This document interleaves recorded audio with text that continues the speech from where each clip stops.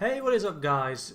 Princess here, and today I'm going to be giving you my artifact deck, or in what it used to be called, the H.A.T deck, which stands for Hands, Artifact and Trap Tricksters. This deck was specifically made to counteract the meta back in the day, which used to be like, you know, the Shadows, Quills, Burning Abyss, and all that. It's built for anti-special summoning, but it's still very good today, especially for Legacy. So let's get into it. Artifact Bagletech is a very powerful card due to the fact that when it's destroyed during your opponent's turn, you get to pop 2 of your own back row, which for the artifacts that you can set in your spell and trap card zone is very good, because you can destroy your own artifact monsters to summon them back to play their effects. And even with Bagletech, if you've got a dead card on your field, like a face-up card the Haunted, because you Xyz, it's good to clear out your own back row when you've not got a lot of space left. And for 2100 defense, Bagletech can surely do a little bit of defending if you need it. Cadudus, I believe it's called, is a bit different compared to the other artifacts, since Cadudus, its effect activates if you special summon an artifact during your opponent's turn. And what it does is you get to draw a card. So if you special summon any of our 5 other artifacts, you can potentially draw 5 cards, but it doesn't. But you could even call a Haunted, an artifact back, draw a card, or even Sanctum, draw a card. It doesn't matter how you special summon the artifact as long as it's during your opponent's turn, because then you play their effect and you get to draw that extra card. Very good for hand advantage. Artifact Molotech, unfortunately it's limited to 1 in this game, but it's bloody good. What it does is, when it's destroyed during your opponent's turn, again it special summons itself, you get to destroy 1 face-up card on the field, which is fantastic to counter Synchro Xyzers, or if your opponent fusion summons or or even pendulum summons, or because they've set up the pendulum scale, you can just pop one of them, they can't pendulum summon, the scale's gone. Or they've got a tricky face-up card that's on the field. It's very nice Molotech. It's a shame it's only limited to 1 though. And the main reason what made this deck so powerful back in the day was Artifact Scythe. What Scythe does when it's special during your opponent's turn is that it shuts down their extra deck. For an Xyz and a Synchro deck, or even a Pendulum deck, that is fantastic. If you know your opponent's got 2 level 4s on the field and they've got an extra deck, you know they're going to Xyz. Just pop your Scythe, they can't do anything. It's easier for Synchros because you know they've got a tuner in play, then you know, right, they are going to Synchro summon. Then you know when to pop Scythe. It's a bit tricky when you're against fusions though, because against fusions, if your opponent plays Polymerization, then if you do your Scythe, Polymerization will still get its effect off. So that means that fusion is still coming. So you need to kind of time it correctly with fusions. But if you set up your back row correctly, it doesn't matter.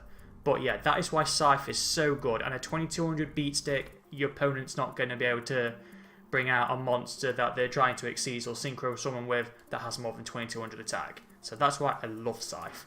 But that is it for the artifacts, guys. Only running 6, don't need loads, even though we have got a lot of artifact cards, but you don't need any more. Bringing out with the 2 Fire Hand and the 3 Ice Hand would be next. This is the hand part of the name of the deck. What Fire Hand does is that if your opponent destroys it by battle or by card effect, you get to destroy 1 of their monsters, and then you get special summon an Ice Hand. And Ice Hand is the complete opposite. You get to destroy 1 of their spells or traps. But please bear in mind, in order to play both of their effects, you have to destroy that card.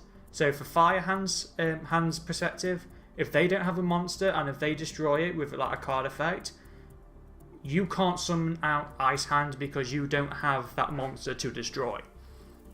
But the reason why I love these is because you can have that field advantage with level 4s for the majority of the time.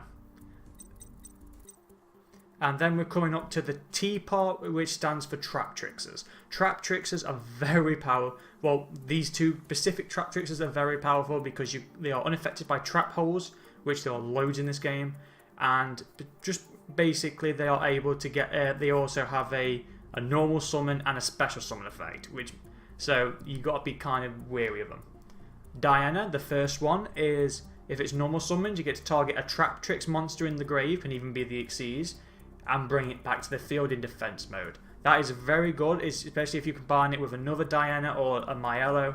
It's straight into a rank 4 play. And if Diana is special summoned from the graveyard, I believe. No, when this card is just special summoned, actually, you get to target a trap hole card in our grave. You get to reset it back on the field. However, it is banished during the next turn if you do not activate it. So you have to be a bit careful on that, like base it on the situation. But it's kind of good because then your opponent knows they're not going to do anything for that turn. So you kind of give yourself a free turn. Then finally, the main one that I love that you really want to try and get early on is Trap Tricks and Myello.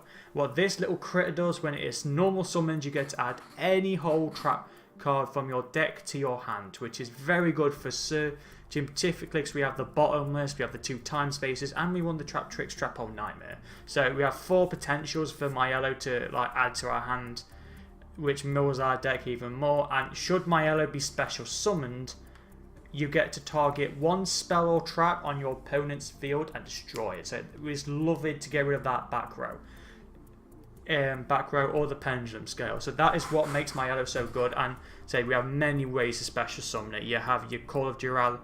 You have your Call of the Haunted, and you have your Myellos and you have your Dianas to resummon it back. So you have loads of potential to get off that second effect for Myello. But that is it for the monsters, guys. Only running 17, but they are pretty decent all in all. Onto the magics, we're running the triple artifact ignition. Now, if you don't know what ignition is, it's kind of like an MST where it's a quick play and it can destroy 1 spell or trap on the field. So it's like that, but with an additional effect. And that additional effect is that if you destroy a spell or trap, you've got to set an artifact card from your deck onto the spell or trap. So into the spell or trap card zone, which means it's good. You get to pop a card. You can even pop one of your own artifacts should you have one on the field. Then you can just replace it with another one. So if you destroy a Bagletech that's face down, you get to set an artifact, and because Bagletech's destroyed, you get to destroy the artifact you've just set. So with just Bagletech and Ignition, you get 2 monsters. That's how good Ignition is. And should your opponent destroy Ignition with a card effect, you get to skip their next battle phase. And I don't mean during that turn, I mean when they enter their next battle phase. It could be 2, could be even 10 turns down the line. Should they enter their battle phase, Ignition will skip it. It's very good for those clutch moments. Now we have the 1 copy of Mind Control. What Mind Control does is lets us target a monster our opponent controls and take control of it for a turn. But it's very good for the level 4 play should your opponent have a level 4 or a level 5, since all of the artifacts are level 5 monsters. So we can just steal that, go straight into a rank 4 or rank 5 play. If not, it's just a decent way to clear your opponent's field of a monster. Should they only have 1, then you can just attack with your other monsters for some damage. Then we have the 3 copies of Pot of Duality. Now for a deck that, apart from unless you're going into a rank 4 play, you don't really special summon during our turn. It's during your opponent's turn with the artifacts. So for a card like Duality, that when you activate it, we can't special summon, it's not that much of a hindrance. Especially because you get to search the top 3 cards of our deck and add one of them to our hand. So if you want that Myello to search for a trap card, you can do that. Or if you want something to blow up one of your artifacts or even an artifact itself, you've got it. You can search it. So that's why it's a very good one for this, and also you can get through some of your deck. 1 copy of Soul Charge, it's so good in this deck. You can bring back Myello, pop a back row, bring out your artifacts, such good for rank 5 play. There's so many things you can do with Soul Charge. I'm running 3 copies of Twin Twister. I'm actually thinking of taking one out and putting in a different card, but I'm in 2 minds about it yet. But what Twin Twister does, you get to discard a card, then you can blow up 2 spells or traps in the field. Very good for an artifact deck because you can even destroy one of your artifacts and destroy one of your opponent's cards, or you can destroy two of your own artifacts or something. There you go. There's so much you can do with Twin Twister. It's kind of better than Double Cyclone, because what Double Cyclone, your opponent has to have a spell or trap on the field. For at least with Twin Twister, they don't have to have one, and you don't have to destroy 2 spells or traps. You can destroy 1 if you really wanted to. Then that's it for the spells. That's it for the spells as well. So moving on to the trap cards, we have 3 artifact sanctums. I couldn't get my words out there. What Sanctum does is special summons 1 artifact from my deck, and you can only do it once per turn. But you can't activate your you can't do your battle phase the turn you activate this card. So you're really going to use Sanctum during your opponent's turn, which obviously you would, so you can get the artifact effect off. And should your opponent destroy it with a card effect, just like Ignition, you get to destroy 1 card on your opponent, or you get to destroy 1 card on the field, sorry. So if your opponent MSTs or Twin Twisters Sanctum when it's face down, yep, they're going to regret it, because you can pop one of their own cards. And I say, you normally do Sanctum depending on the situation. So if you know your opponent has got is setting up for a Xyz or a Synchro play, you pop Sanctum, summon out that scythe, boom, extra deck shut down, they can't do anything. Or even same with Molotech, you can just right, pop that Molotech, blow up one of their cards. That's how good Sanctum is, in my opinion. And also, if you don't really want to summon out an artifact and you've got a dead card in your field, or dead card in your hand, it's good for Twin Twister sacrifices. 1 bottomless trap pole, opponent has 1500 attack or more, destroy it, banish it, have a nice day. If your opponent summons, if your opponent pendulum summons, sorry, and multiple cards, they're all going to go, because that's what bottomless does. And again, it's searchable with Myello. You can bring it back with Diana. And with the Xyz one, you could even just send it straight to the graveyard to play its effect. Trap holes are good in this. Then we've got the 3 Call of the Haunted. This card is particularly good because you can activate it to bring back your artifacts during your opponent's turn, and because it's been summoned during your opponent's turn, its effect will still trigger. So if you've got that scythe in that graveyard, all you've got to do is pop a Call of the Haunted. That scythe is going to shut down their deck. That's how good Call is. And also, say you can bring back my yellow, destroy a spell or trap on your opponent's field. You can even do the same for one of your hand cards, because hands, you can just, your opponent's going to attack with a monster, bring out that fire hand back. If they destroy it, their monster's gone, and you can bring out a nice hand. It's good for field advantage. I keep doing this, I apologise. 1 Compulse, self-explanatory, you get to target 1 card on the field, return it back. So this is why, again, with this deck, if you haven't realised, it's all about that preventing your opponent from trying to special summon. So if you don't have a scythe, or if you don't have a trap hole in play, and they bring out a Xyz or a Synchro or even a ritual monster or whatever, compulse it, get rid of it. That's what this deck is all about, getting rid of shit.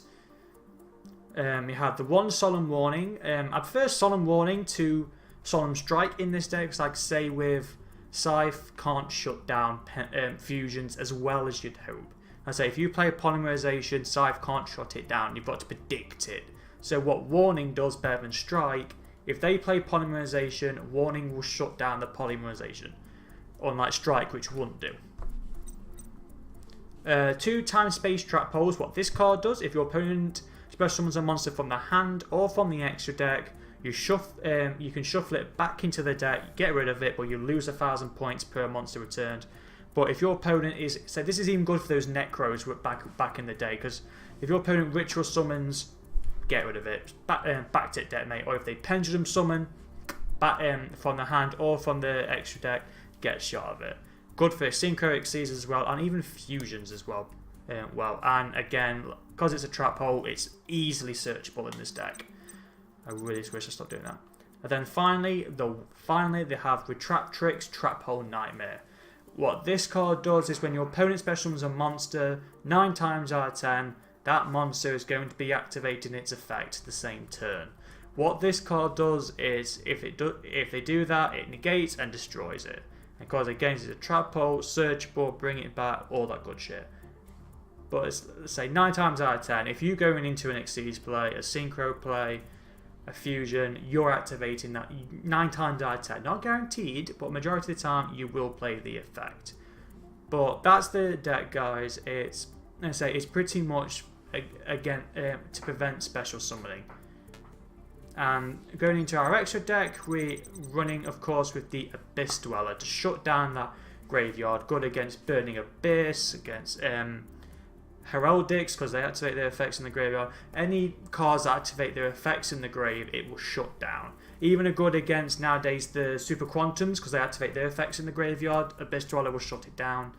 Oh, there's just so many stuff Abyss Dweller can shut down if Xyz summoned correctly.